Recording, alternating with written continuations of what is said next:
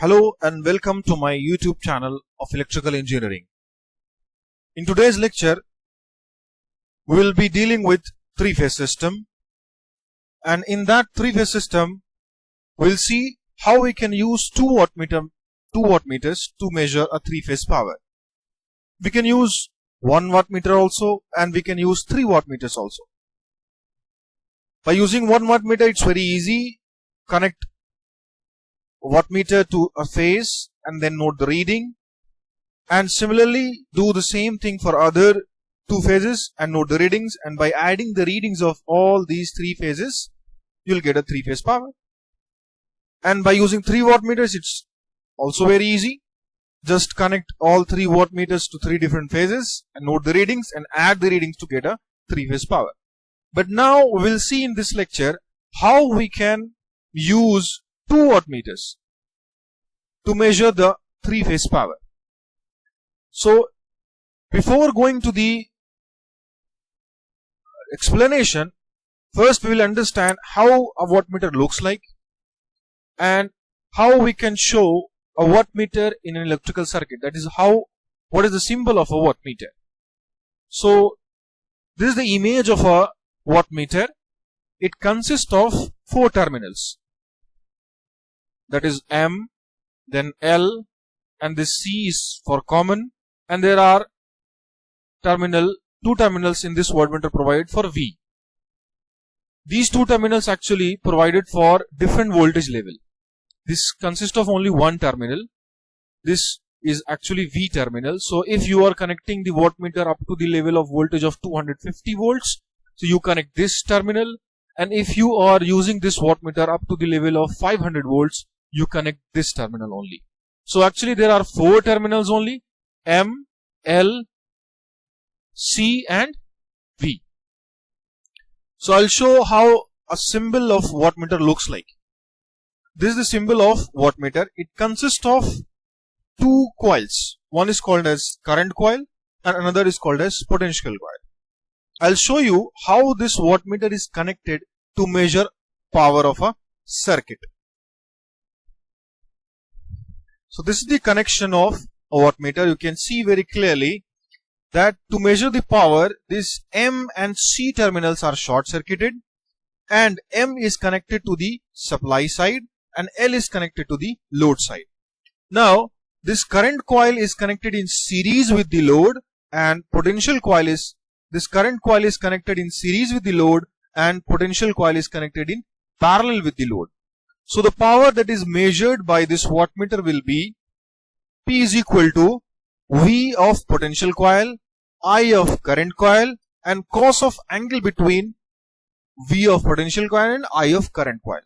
These are actually phasor values. So we'll get the angle between voltage across potential coil and the current through current coil. So the total power measured or total power shown by the wattmeter will be equal to VPC multiplied by ICC into cos of angle between VPC and ICC. So this is a very basic connection diagram of a wattmeter. It is a single phase wattmeter. So now we'll see how this single phase wattmeter can be used for calculating 3-phase power.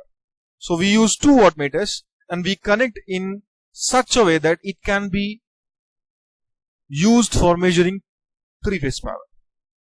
So I have just taken a 3-phase star connected load. It's a balanced load. We are considering only a balanced 3-phase system. So it's a balanced 3-phase load having 3 impedances of value Z in each phases. You can see here. And we connected 2 wattmeters in line A and line C. So in line A, the series coil is connected in series and potential coil is connected across the line A and B. So line B is actually made common for the connection of potential coil of these 2 wattmeters. So now let us assume some data. So for a balanced 3-phase star connected load, let us consider V phase is equal to V and I line is equal to I phase. We know that in a star connection we have I line is equal to I phase. So let us consider I line is equal to I phase is equal to I, and obviously in star connection, the line voltage is equal to root 3 times of phase voltage. Since phase voltage is V, so line voltage is equal to root 3 times of V. And also consider the load which we are taking here, 3-phase load. In each phase, the impedance is such that the power factor of the load is cos phi lag. This is what we have assumed. Okay. Now what could be the reading of first wattmeter? First wattmeter reads P1, that is the power of first wattmeter, that will be equal to VAB. The voltage across this potential coil is the voltage between these two terminals, A and B. So VAB into IA, current through this current coil will be the IA. Current through this current coil will be this current, and this current is IA. And the cos of angle between VAB and IA, we know that. Now in the similar manner, what will be the reading of wattmeter 2? It will be VCB, the voltage between C and B, and IC, current through current coil of second wattmeter, that is IC, that we see from here, and the cos of angle between VCB and IC.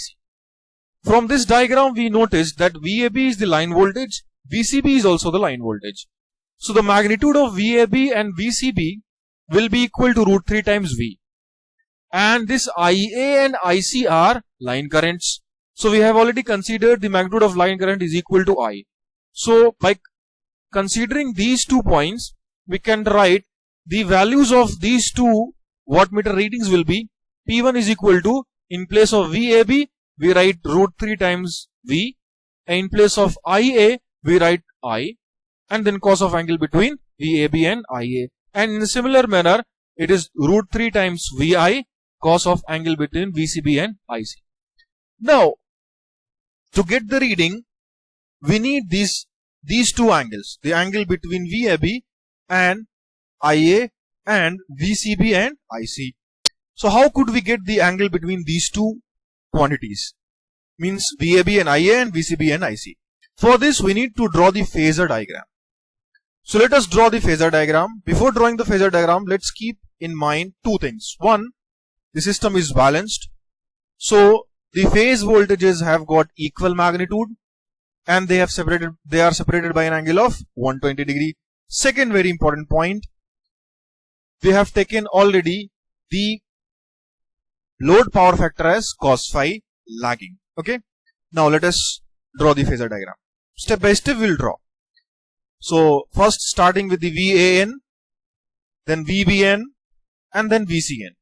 So these are the phasor of phase voltages. So now from the readings we get P1 is equal to, just if you go back and see, P1 is VAB IA and P2 is VCB into IC. So we need VAB and VCB. So how we get VAB? VAB is actually VAN minus VBN. Similarly, VCB will be equal to VCN minus VBN. So in both the cases we are getting minus of VBN. Okay. So in phasor diagram, we first make minus VBN. So VBN we have this VBN. So if we reverse it or if we turn this phasor by an angle of 180 degree, it will be minus VBN and the size will remain same. Now to obtain VAB, we add these 2 faders, VAN and minus VBN. So we'll get VAB like this. So this is the VAB. Okay, now we know that this magnitude of VAN and VBN are same. So we can say magnitude of VAN and minus VBN is also same. So this is actually, we got a parallelogram. This is a parallelogram. Parallelogram has got equal sides, opposite sides. In this case, all 4 sides are equal. So from the formula of resultant, if you find, you will get that the resultant VAB has an angle of 30 degree from the VAN. So this angle is actually 30 degree, means VAB is leading VAN by an angle of 30 degree. In the similar manner, if you add VBN and VCN, you will get VCB. So this is how you get VCB. And also the angle between this VCN and VCB will be 30 degree. Now let us draw the currents. The corresponding currents will be lagging the corresponding phase voltages. Corresponding phase currents will be lagging the corresponding phase voltages by an angle of phi, which we have taken cos phi as a power factor cos phi as load power factor. Okay, so cos phi lagging is the power factor of the load. So load current or the phase current will be lagging the corresponding voltages by an angle of phi. So I am showing one by one. This is the current IB, which is lagging the VBN by an angle of phi, and similar IC and similar IA. So this is the phasor diagram in which we can very easily see that the angle between, we need the angle between VAB and IA, and we need angle between VCB and IC. How can we do that? We can do that, we can see very easily. This can be seen from here. If we just take this, see the angle between VAB and IA, we need this. So from here to here, so what could be this angle? This angle will be 30 degree plus phi. Okay, now we need the angle between VCB and IC, we need this angle. So this angle will be equal to 30 degree, this whole 30 degree minus this angle phi. So here the angle will be 30 degree plus phi. Okay, and this angle will be 30 degree minus phi. So the angle between VAB and IA will be 30 degree plus phi, and the angle between VCB and IC will be 30 minus phi. So we can show it like this. The angle between VAB and IA is 30 degree plus phi, and the angle between VCB and IC is 30 degree minus phi. So the reading of these two wattmeters will be P1 is equal to root 3 VI cos of angle between VAB and IA is 30 degree plus phi, and the angle between VCB and IC is 30 degree minus phi. So this will be the reading of these two wattmeters. Now if we add these two readings, P1 plus V2, we will get 3 VI cos phi. And what is 3 VI cos phi? It is the total three-phase power. So from here we can say that by using two wattmeters only, we can get three-phase power, and that is equal to 3 VI cos phi. V is the phase voltage and I is the phase current. So total three-phase power will be 3 VI cos phi, which we are getting here by adding the readings of these two wattmeters.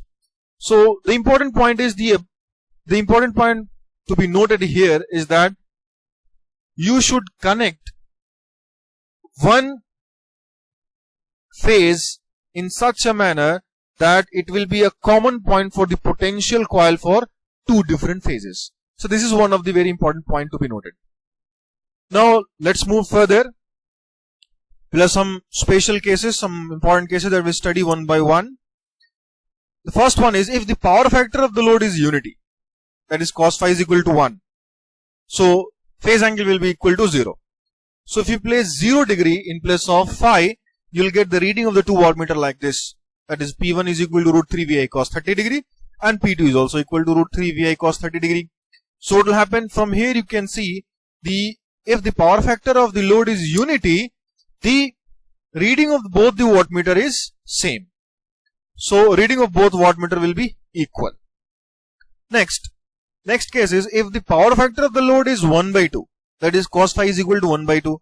So in this case, the phi will be equal to 60 degree. So what could be the reading of the wattmeters? From here you can see that P1 is equal to root 3 VI cos 30 plus 60 degree. So total it will be 90 degree. So cos 90 is 0. So P1, the value of power P1 is 0. It means one of the wattmeter will read 0 power, and the total power will be read by only one wattmeter. Any one wattmeter. Here it is second wattmeter. Okay. So we can say reading of one wattmeter is 0. Now in third case, which is very important case, in this case, if the power factor of the load is between 0 and 1 by 2. That is, the power factor angle will be between 60 degree and 90 degree. In this case, we can see from here, if this angle is more than 60 degree, this whole angle will become more than 90 degree, and cos of 90 degree is 0. But if you increase the value of angle from 90, it will go to the second quadrant and cos will become negative. So what will happen? One of the wattmeter will read negative. This is very important. One of the reading will be negative. So how can we obtain this negative reading? This negative reading can be obtained by reversing the connection of either current coil or potential coil. Because the reading is getting negative, so we reverse the direction of either current or voltage, so we'll get the positive reading. Okay. So generally we reverse the direction of, reverse the connection of current coil to obtain the readings. So now one of the very important points here is that by using 2 wattmeter method, we can also calculate power factor by the 2 readings of the wattmeter only. Let us see how we can do that. So if we have P1 and P2, so P1 plus P2 is 3VI cos phi. Now what will happen if we subtract P1 minus P2? So in this case we will get root 3VI sin phi. It means if we multiply the value of P1 minus P2 with root 3, we will get 3VI sin phi. And what is this 3VI sin phi? 3VI sin phi is the 3-phase reactive power. So from here we get a very important result, that 3-phase reactive power is equal to root 3 times of P1 minus P2. Now let us find out how we can calculate power factor. If we divide these 2 readings, P1 minus P2 divided by P1 plus P2, we get tan phi upon root 3. From here we can easily calculate the value of phi, and phi will be equal to tan inverse root 3 P1 minus P2 upon P1 plus P2. So as we get phi, we can easily calculate cos phi. So this is one of the added advantage of the 2 wattmeter method, that we can also calculate reactive power as well as we can calculate power factor of the load. So this is all about 3-phase power measurement using 2 wattmeter. So in the next lecture we'll solve some numerical problems. Thanks for watching.